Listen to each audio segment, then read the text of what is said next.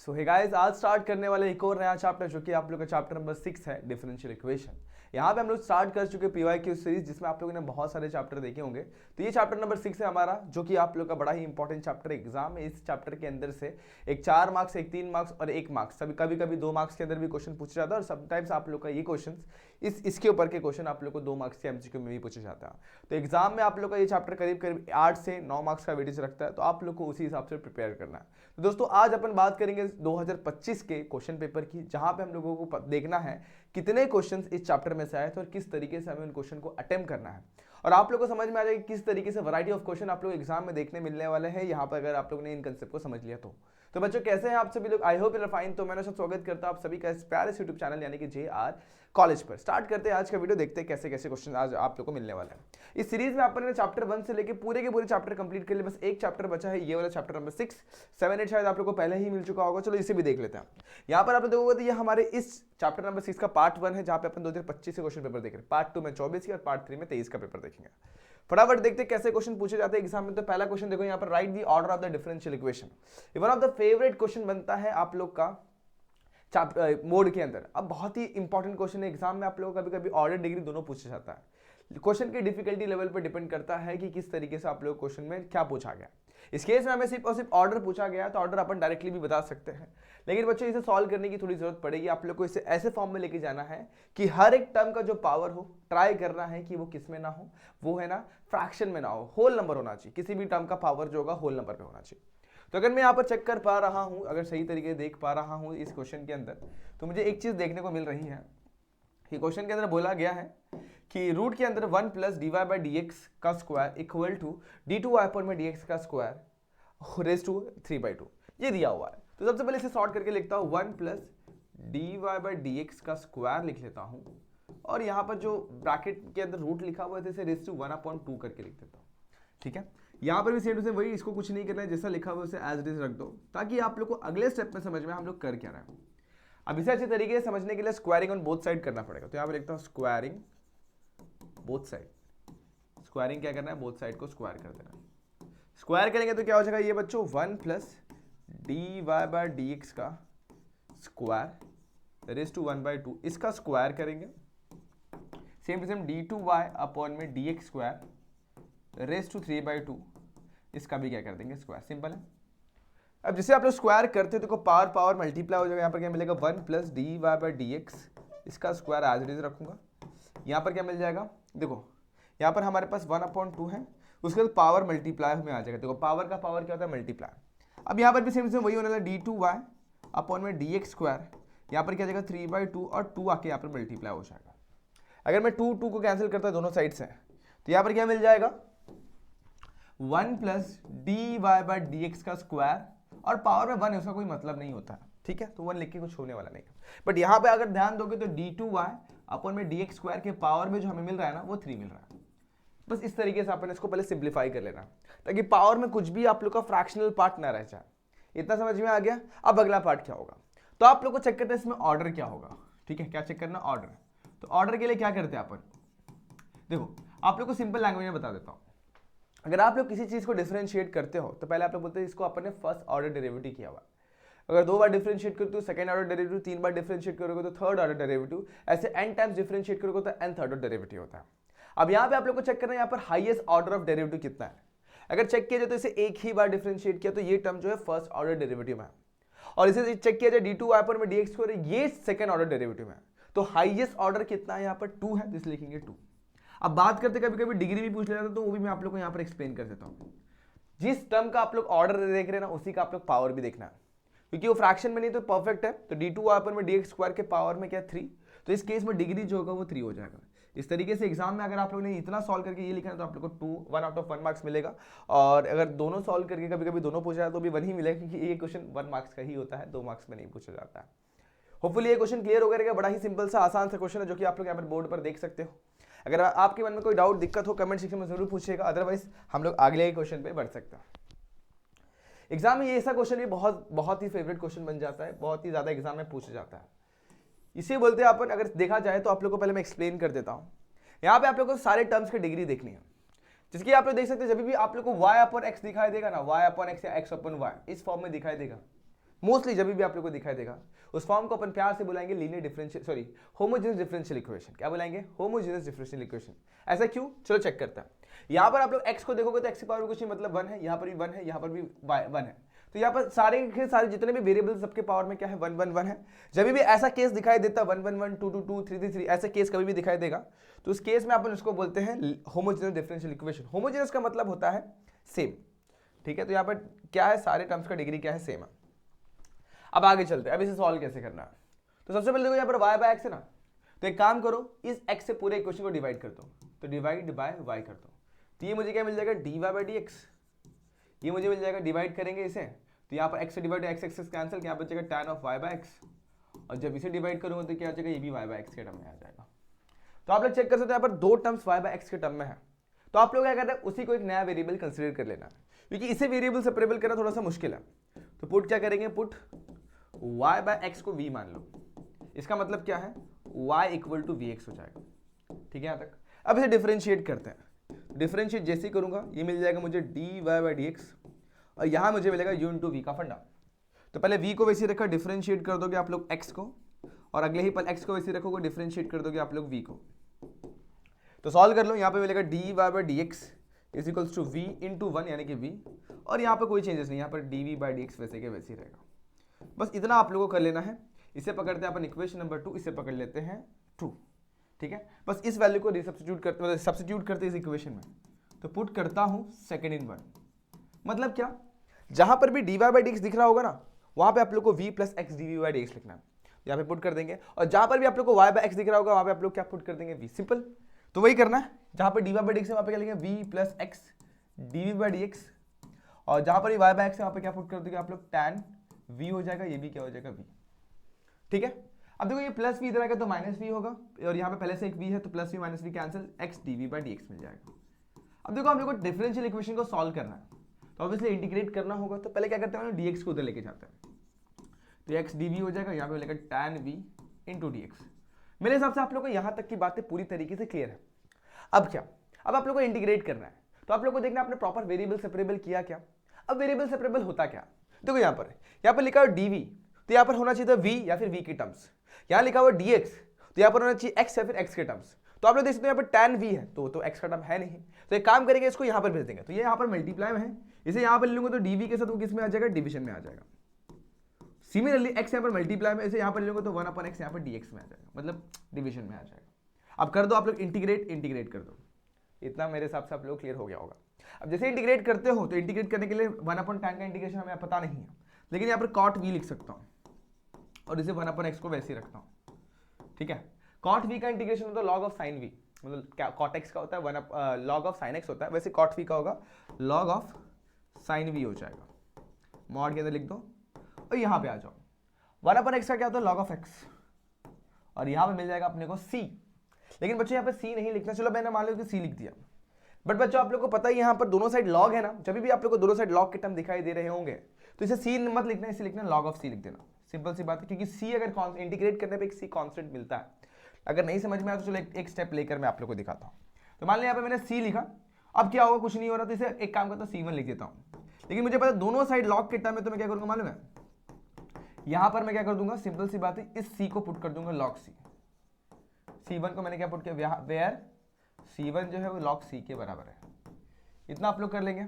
उसके बाद log के जब टर्म्स होते हैं ना, log के जो टर्म्स होते हैं अगर वो एडिशन में है तो किस में आ जाते हैं, मल्टीप्लाई में। बेसिक रूल आप लोग को पता है, तो बस वही रूल का अपन यहाँ पर इस्तेमाल करने वाला है। क्या करेंगे, log x को c के साथ मल्टीप्लाई कर देंगे, तो यहाँ पर क्या बचेगा, log of sin v equal to log of x into c, बराबर है। अब दोनों साइड से log को कैंसिल करते हैं, क्या बचेगा, sin of v equal to x into c। But v हमारा ओरिजिनल वेरिएबल नहीं है, ये आपने कंसिडर किया हुआ है। So what we will do, v की जो वैल्यू से हम लोग गायब कर देंगे। वो कैसे, v अपन ने क्या बना था, y बाय x, तो जहां पर भी v दिख रहा होगा ना, अब पुट कर दो y by x into c, and that is your final answer, ठीक है यहाँ तक। तो सो ये भी आप लोग एक सिंपल सा क्वेश्चन है, जो आप लोग को एग्जैक्टली मैं कहूँ अगर आप लोग फटाफट से करेंगे 3 मिनट में क्वेश्चन सॉल्व हो जाता है, अगर आप लोग को सारे कंसेप्ट पता है तो। और 3 मिनट में 3 मार्क्स क्या बुरा है। चलते हैं अगले क्वेश्चन पर। इस क्वेश्चन को जरा प्यार से देखना, क्योंकि ये बड़ा ही सिंपल सा आसान सा क्वेश्चन है, जो कि आप लोग के चैप्टर के लास्ट एक्सरसाइज से आता है। ऐसा एक और क्वेश्चन आप लोगों को एग्जाम में देखने मिल सकता है, जैसे कि आप लोगों को पता होगा पॉपुलेशन ग्रोथ रेट वाला एक क्वेश्चन होता है, बैक्टीरिया ग्रोथ रेट वाला होता है, हाफ रेट वाला होता है, न्यूटन्स लॉ ऑफ कूलिंग वाला होता है और एक एरिया वाला होता है। इस मतलब किस तरीके से अपन किसी चीज को फील कर रहे हैं तो वो हिसाब से। तो ऐसे 4 टाइप या 5 टाइप के क्वेश्चन आप लोग एग्जाम में देखने मिलते हैं। अब न्यूटन्स लॉ ऑफ कूलिंग का क्वेश्चन बड़ा ही ईजी होता है क्योंकि आप लोगों ने इसको 11th स्टैंडर्ड में फिजिक्स में ही पढ़ा हुआ है, आपको फॉर्मूला प्रॉपर्ली याद होता है। तो उसी कंसेप्ट का इस्तेमाल करेंगे, देखें क्या कैसे सॉल्व कर सकते हैं। तो if theta cools from the 80 degree Celsius to 50 degree Celsius at the room temperature 25 degree Celsius in the temperature, ठीक है, find the temperature of the body after 1 hour. अब सिंपल सी बात है, हमें देख के समझ में आ जाना चाहिए यहाँ पे Newton's law of cooling apply होने वाला। तो न्यूटन्स लॉ ऑफ कूलिंग को अप्लाई करने के लिए आप लोगों को उसका कंडीशन याद होना चाहिए, d theta by d t is proportional to theta minus theta zero, where theta is जो रिक्वायर्ड टेम्परेचर है वो, और थीटा जीरो को अपन सराउंडिंग टेम्परेचर भी बोलते हैं। इस केस में रूम टेम्परेचर ने सराउंडिंग का टेम्परेचर 25 डिग्री सेल्सियस है, तो थीटा जीरो को मैं रिप्लेस कर दूंगा 25 डिग्री सेल्सियस से। तो आप लोग को यहाँ पर वही कंडीशन लिख के सॉल्व करना होगा और फटाफट से सॉल्व भी हो जाता, हार्डली 2 से 3 मिनट में आप लोग इस क्वेश्चन को बहुत ही इजीली सॉल्व कर सकते हो। ठीक है, चलो सबसे पहले यहाँ पे लिखना स्टार्ट करना है, तो यहाँ पे लिखना पड़ेगा let theta be the temperature of the body at time T. ये पहला चीज आप लोग को लिखना है। ऐसे क्यों लिखना है? क्योंकि आप लोग को बताना है कि थीटा टेम्परेचर को रिप्रेजेंट कर रहा है और टी हमारा टाइम है, क्योंकि यहाँ पर टेम्परेचर भी और टाइम है, उसके अलावा कुछ है भी नहीं। तो आप लोग को पहले ये लिख देना। इतना समझ में आ गया? अब आप लोग को पता है कि रूम टेम्परेचर कितना दिया है, वो 25 डिग्री सेल्सियस, तो यहाँ पे लिख दूंगा room temperature is 25 degree Celsius. तो न्यूटन्स लॉ ऑफ कूलिंग क्या बोलता है कि D theta by d T जो होता है प्रोपोर्शनल होता है थीटा माइनस थीटा जीरो को। Therefore by Newton's law of cooling, क्या बोलते हैं न्यूटन्स लॉ ऑफ कूलिंग? जो D theta by d T जो होता है वो प्रोपोर्शनल होता है, किसको प्रोपोर्शनल होता है? वो प्रोपोर्शनल होता है थीटा माइनस थीटा जीरो को। तो इस केस में मेरे पास थीटा जो है ना, थीटा ही रहेगा, लेकिन थीटा जीरो जो ना इस केस में मेरा चेंज होकर 25 डिग्री सेल्सियस हो जाएगा। याद रखना जो ये होता है ना, ये थीटा जीरो की वैल्यू होती है। तो यहाँ पर लिखूंगा 25 डिग्री सेल्सियस। ठीक है, यहाँ तक डिग्री सेल्सियस भी आप लिख सकते हैं, लेकिन 25 लिखा तो भी चल जाएगा फिलहाल के लिए। अब आप लोगों को पता है कोई भी बॉडी हो अगर 80 डिग्री सेल्सियस पे, तो थोड़ी देर बाद तो टेम्परेचर उसका कम ही होने वाला है। कितना हो सकता है? 50 भी हो सकता है, 40 भी हो सकता है। तो यहाँ पर चीजें कम हो रही है। जब चीजें कम होती है ना, तो आप लोग याद रखें, जब प्रपोर्शनल को हटाएंगे ना, जब मैं ऐसे प्रपोर्शनल को हटाता हूँ तो इक्वल टू लगाऊंगा, और इक्वल टू जब भी आता है तो अपने साथ कांस्टेंट लेके आता है। लेकिन देखो आप लोग को सिंपल सी बात मैंने क्या पता, जब भी टेम्परेचर कम होता है ना, कम होता है, तो यहाँ पर आप लोग को लिखना है माइनस, और जब कोई भी चीज बढ़ती है ना, तो यहाँ पर लिखना आप लोग को प्लस। ऑब्वियसली हमारा टेम्परेचर क्या होने वाला है? कम होने वाला है। इसे पकड़ लेते हैं, इसे देख लेते हैं, इतना समझ में आया। अब करना क्या मालूम है आप लोग को? इसी को सिंप्लीफाई करना है।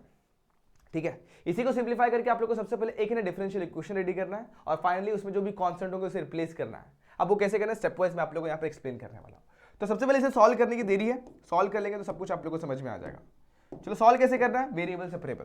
तो थीटा को इधर ही पे रखता हूँ, के तो मेरा कांस्टेंट है उधर रहेगा, dt को मैं वहां पर भेज देता हूँ। तो क्या बचेगा? थीटा माइनस 25, जैसे पिछले क्वेश्चन में किया वैसे। अगर आप लोग देख सकते हैं थीटा है और ये थीटा है, तो ये ऑब्वियसली थीटा के पास होना चाहिए, तो इसे नीचे ले लेता हूँ। तो 1 upon theta minus 25 d theta equal to minus k d t. अब क्या करेंगे? दोनों से इंटीग्रेट कर देंगे। तो इंटीग्रेट करेंगे यहाँ पे कुछ नहीं, मतलब क्या है 1 है, के तो कॉन्स्टेंट है, वो साइड में हो जाएगा। अब इंटीग्रेट जैसे ही करोगे ना, आप लोगों को स्टेप्स मिलेंगे, बहुत इंपॉर्टेंट स्टेप ध्यान देना। 1 upon theta similar as 1 upon x. तो 1 अपॉन एक्स का इंटीग्रल जो होता है वो log ऑफ एक्स होता है। हमेशा मोस्टली आप लोग ध्यान रखना, यहाँ पर जो भी फॉर्मूला अप्लाई होगा मोस्टली आप लोग को log के टर्म में ही मिलता है। तो यहाँ पर log ऑफ थीटा माइनस 25 हो जाएगा। यहाँ पे आ जाओ, यहाँ पर क्या है माइनस के, और यहाँ पर 1 का इंटीग्रल क्या होगा विद रिस्पेक्ट टू टी, तो टी हो जाएगा, और आप लोग को सी मिलता है, क्योंकि जब भी इंटीग्रेट करते हैं तो कांस्टेंट मिलता ही है। अब इसे बॉक्स बना लेता हूँ फटाफट से, और इसे डालता हूँ इक्वेशन नंबर 1। बच्चों ये आप लोग का बहुत इंपॉर्टेंट इक्वेशन बना यहाँ पर। अब क्या आप लोग को 2 कांस्टेंट दिख रहे होंगे, एक के कांस्टेंट है और सी मेरा एक कांस्टेंट है। आप लोग को दोनों की वैल्यू फाइंड आउट करनी है। अब वो कैसे? Bye given condition. चलो मैं स्टार्ट करता हूं, आप लोग को समझ दो क्या करना है। पहला केस 1 लेके और केस 2 ऐसे करेंगे, तो आप लोग को समझ में आए कैसे करना है। केस 1 आप लोग को समझना है, इनिशियल टेम्परेचर जो होता है वो हमेशा केस 1 होता है। तो इस केस में the body cools from 80 degree Celsius, तो कॉमन सेंस ये बोलता है कि मेरी बॉडी इनिशियली जब टाइम स्टार्ट भी नहीं हुआ था, जब टाइम स्टार्ट होने जा रहा था उस टाइम पर मेरा जो टेम्परेचर था ना थीटा, वो कितना था? 80 डिग्री सेल्सियस था। तो when theta is equals to 80 degree Celsius, time कितना होता है? 0। टाइम स्टार्ट भी नहीं हुआ था, बस उन्हीं वैल्यू को यहाँ पर पुट करूंगा। यहाँ पर क्या होगा? log of 80 minus 25 equal to minus k into 0 plus c. k into zero करो, माइनस के इंटू जीरो करो, जीरो। यहाँ पर सिंपल सिर्फ c बचेगा, यहाँ बचेगा log ऑफ 80 माइनस 25। सो आप लोग देख सकते हैं यहाँ पर मेरे पास एक अननोन आ चुका है जो कि c है। अब इस c की वैल्यू में इसमें रीसब्स्टिट्यूट कर दूंगा तो मुझे एक नया इक्वेशन मिलेगा, ध्यान देना। अब वो कैसे, तो मेरे पास इक्वेशन था पहले से log of theta minus 25 equal to minus k. अच्छा यहाँ पर मैंने सब्ट्रैक्ट नहीं किया, आप लोग सब्ट्रैक्ट कर सकते हो। क्या करेंगे अपन, 80 में से 25 को सब्ट्रैक्ट कर देंगे, ठीक है। 80 में 30 जाएगा तो बचेगा 50 यानी कि 55 आ जाएगा। यहाँ पर 55 लिख देता हूँ, और मॉड डालने की वैसे जरूरत नहीं क्योंकि पहले से ये प्लस में ही है, तो यहाँ से मैं मॉड में हटा देता हूँ। सी की वैल्यू 55 मिल चुकी है, बस वो पुट कर लेना आप लोग को, log 55। तो यहाँ पर क्या बचेगा, minus k into T, plus यहाँ पर क्या बचा, log ऑफ 55। अब log ऑफ 55 यहाँ पर प्लस में log के पास लेके चलते हैं, इसे माइनस में हो जाएगा, theta minus 25 minus log of 55। अब आपको log का रूल पता होगा, जब भी टर्म्स किस में होते हैं, डिवीजन में होते हैं, तो अपन क्या करते हैं उसे, जब भी टर्म्स डिवीजन में होते हैं तो अपन क्या करते हैं भाई, सॉरी सब्ट्रैक्शन में होते हैं तो उसे डिवीजन में लेके चले जाते हैं। तो उस रूल का यहाँ पर मैं इस्तेमाल करूंगा तो क्या मिलेगा, log of theta minus 25 upon में क्या मिलेगा 55, ठीक है। यहाँ पर क्या मिल जाएगा, माइनस के टी। सो इस तरीके से आप लोग ये स्टेप पर पहुंच चुके हैं। तो इसे पकड़ता हूं मैं इक्वेशन नंबर 2। हमेशा जब भी आपको एक नया इक्वेशन मिलेगा ना, जब भी नया इक्वेशन मिलेगा, कांस्टेंट पुट करोगे हमेशा एक नया इक्वेशन मिलता है, तो उसे फाइनल इक्वेशन पकड़ना, हर स्टेप का फाइनल इक्वेशन मिलेगा आपको। तो केस 1 समझ में आ गया, आप केस 2 की बात करते हैं जो क्वेश्चन में वापस ही दी गई है। अब देखो क्या बोला गया, टेम्परेचर है ना 80 से घट के 50 पर आ चुका है, ठीक है। 80 से घट के 50 पर आ चुका है, कितने टाइम में, 30 डिग्री सेल्सियस पर, 30 मिनट में। तो मैं बोल सकता हूं, सिंपल सी बात, ये बात को समझना, when theta is sorry when t is equal to, simple सी बात ऐसे लिखता हूं, when t is equal to 30 minutes, तो थीटा कितना हो चुका है मेरे पास, 50 डिग्री सेल्सियस। तो थीटा 50 हो चुका है, इसको यहां पर पुट कर देगा। सिंपलाई ये करता है, इस इक्वेशन आप लोग को थीटा की वैल्यू 50 पुट करनी है, तो log ऑफ 50 माइनस 25 अपॉन में 55 will be equal to minus k into t की वैल्यू कितनी, 30। सही है यहाँ पर, ओके। तो यहाँ पर क्या करूंगा, इसको कैंसिल कर दूंगा, तो log 50 माइनस 25 कितना हो जाएगा, 25। तो मिलेगा log ऑफ 25 अपॉन में 55, और यहाँ पर क्या मिलेगा, माइनस के इंटू 30। सही है यहाँ तक, पक्का सही है यहाँ तक, ओके।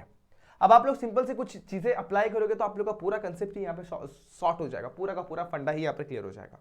क्या करना हमारे में, 30 को यहाँ पर भेज दो, तो ये हो जाएगा 1/30। यहाँ पर क्या मिलेगा, log ऑफ 25 अपॉन में 55, इसे सॉल्व करोगे तो क्या मिलेगा, सिंपल सी बात है, 25 अपॉन में 55 अगर इसे सॉल्व करते हो तो यहाँ पर मिलेगा 5/11, ठीक है। यहाँ तक 25 और 11, ठीक है, सही है यहाँ तक। और यहाँ मिलेगा माइनस के। सो आप लोग देखो यहाँ पर माइनस के की वैल्यू डायरेक्टली मैं यहाँ पर पुट करूंगा, जब पर माइनस के लिखा हुआ ना, इसको ऐसे पूरी तरीके से गायब करूंगा और ये वैल्यू यहाँ पर पुट कर दूंगा। सो मुझे नया इक्वेशन जो मिलेगा ना, पुट करूंगा मैं इसे, पुटिंग इन इक्वेशन 2।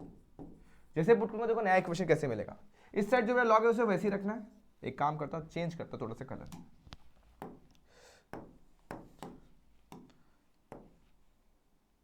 ठीक है। चलो चलते हैं, यहां पर पुट कर देखो, ध्यान देना, यहाँ पर क्या मिलेगा, लॉग, यहाँ पर क्या है, थीटा माइनस 25 अपॉन में 55 इक्वल टू के साइड क्या, माइनस के इंटू टी है। तो माइनस के को हटाऊंगा, पूरी तरीके से माइनस के को हटाऊंगा, वहां पर लिखूंगा 1/30 लॉग ऑफ 5/11 इंटू, ये पूरा का पूरा एक टर्म हो गया, इंटू क्या है यहाँ पर टी है। अब ये पूरा टर्म है ना मल्टीप्लाई में है टी के साथ, टी की वैल्यू हम लोग को पता नहीं, इस तरीके से आप लोग एक फाइनल इक्वेशन मिलता है, बोलते हैं इक्वेशन नंबर 3। सो आप लोगों ने क्या किया, दोनों कांस्टेंट गायब कर दिया और आप लोगों ने अपना डिफरेंशियल इक्वेशन सॉल्व कर लिया हुआ है। मेरे हिसाब से आप लोग को यहाँ तक समझ में आ गया होगा। अब क्वेश्चन में सॉल्व करने को नहीं बोला गया, आप लोग को एक डिफरेंशियल इक्वेशन बनाने को नहीं बोला गया, आपको बोला गया find the temperature of the body after 1 hour, 1 घंटे बाद टेम्परेचर ऑफ द बॉडी कितनी होगी। मेरे हिसाब से आप लोग को डिफरेंशियल इक्वेशन सॉल्व करने तो आ चुका हुआ है। अब आप लोग कंडीशन को इस्तेमाल करना है। सो नाउ हम लोग को टाइम की वैल्यू 1 आवर बोल दी गई है। 1 आवर मतलब होता है 60 मिनट, क्योंकि आपने पहले भी मिनट पुट किया इसलिए अभी भी मिनट पुट करना है। तो हमें क्या बोला, टेम्परेचर थीटा की वैल्यू निकालो। सो अपन ने इक्वेशन फॉर्म किया, लॉग ऑफ, क्या फॉर्म किया बच्चों, log of theta minus 25 upon में 55।